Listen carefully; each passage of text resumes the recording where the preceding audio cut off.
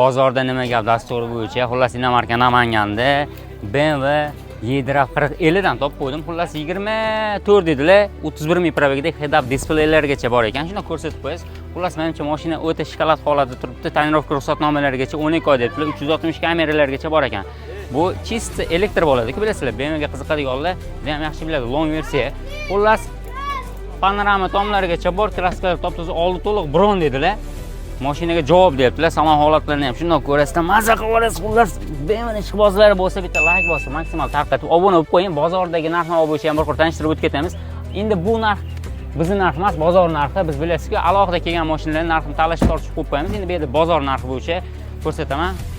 Nomerlari ham alohida tema ekan. Atang mana bilan yopib qo'ydi.